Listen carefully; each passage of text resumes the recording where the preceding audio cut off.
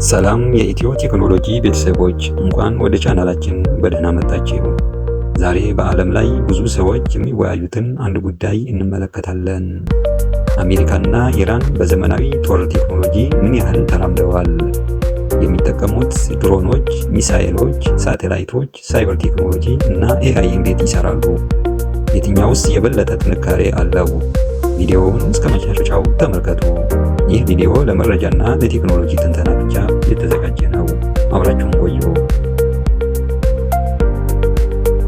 ከ20 ወይም ከ30 ዓመታት በፊት ጦርነት በብዛት በታንክ በወታደር እና አውሮፕላን ይወሰን ነበር። ዛሬ ግን ቴክኖሎጂ የጦርነት መልክ ቀይሮታል። አርቲፊሻል ኢንተለጀንሲ፣ ድሮኖች፣ ሳይበር ጥቃት፣ ሳተላይት እና የረጅም ርቀት ሚሳኤሎች እነዚህ የዘመናዊ ጦርነት ዋና መሳሪያዎች ሆነዋል። አሜሪካ የምትጠቀማቸው ቴክኖሎጂዎችን በዝርዝር እናያለን። አሜሪካ በዓለም ላይ ትልቁ የመከላከያ በጀት ካላቸው ሀገራት አንዷ ናት። F-35 ተዋጊ አውሮፕላን። ይህ አውሮፕላን ሲትሬስ ቴክኖሎጂ በራዳር ለመገኘት አስቸጋሪ የሆነና የኤአይ መረጃ ማቀናበሪያ ያለው ነው። ሌላኛው MiG-9 ሪፔር ድሮን ነው። ይህ ድሮን በሰው ሳይነዳ ለብዙ ሰዓታት መብረር ይችላል። የመረጃ መሰብሰብ ስራ፣ የኢላማ ክትትልና ትክክለኛ ጥቃት ያደርሳል።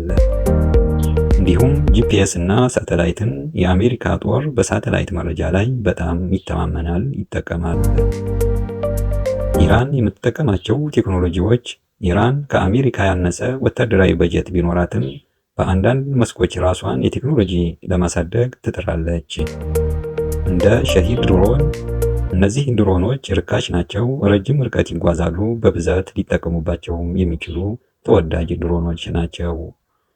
ባላስቲክ ሚሳኤል። ኢራን ብዙ አይነት የረጅም ርቀት ሚሳኤሎችን አሻሽላለች ትጠቀማለችም። ሌላኛው ጦርነትን የቀየረ ሳይበር ጦርነት ነው። ዛሬ ጦርነት በኢንተርኔትን ይካሄዳል። ሳይበር ጥቃት ማለት የኮምፒውተር ኔትወርኮችን ወይም የመገናኛ ስርዓቶችን ለመውደቅ የሚደረግ ጥቃት ነው። አሜሪካም ሆነ ኢራን በዚህ ዘርፍ የመከላከያና የጥቃት አቅም ለማጠናከር እየሰሩ ናቸው።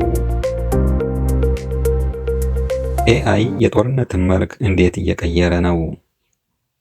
ኤአይ በሰከንዶች ውስጥ ብዙ መረጃ መተንተን ይችላል። የድሮን አቅጣጫ መቆጣጠር እንዲሁም የሳተላይት ምስሎችን መተንተን፣ የጦር እንቅስቃሴ መከታተል ይሆናል። ይህም ውሳኔ በፍጥነት እንዲወሰን ያግዛል። በአጠቃላይ አሜሪካ ከፍተኛ የመከላከያ በጀት፣ የሳተላይት አውታር መረብ እና ዘመናዊ አውሮፕላኖችንና በዓለም አቀፍ ሎጂስቲክ አቅም ትታወቃለች።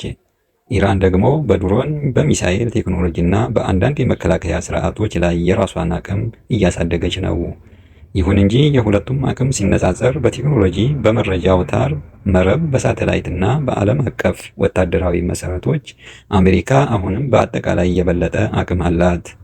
በሌላ በኩል ኢራን በአንዳንድ ዝቅተኛ ወጪ የሚገኙ ቴክኖሎጂዎች ላይ ትኩረት በማድረግ የራሷን የመከላከያ አቅም ለማጠናከር ትሞክራለች። ተመልካቾቻችን፣ ይህ ትንታኔ የቴክኖሎጂና የወታደራዊ አቅም ማብራሪያ ብቻ ነው። ማንኛውንም ግጭት ወይም ጦርነት ለመደገፍ ወይም ለማበረታታት አይደለም። ጤና ይስጥልን።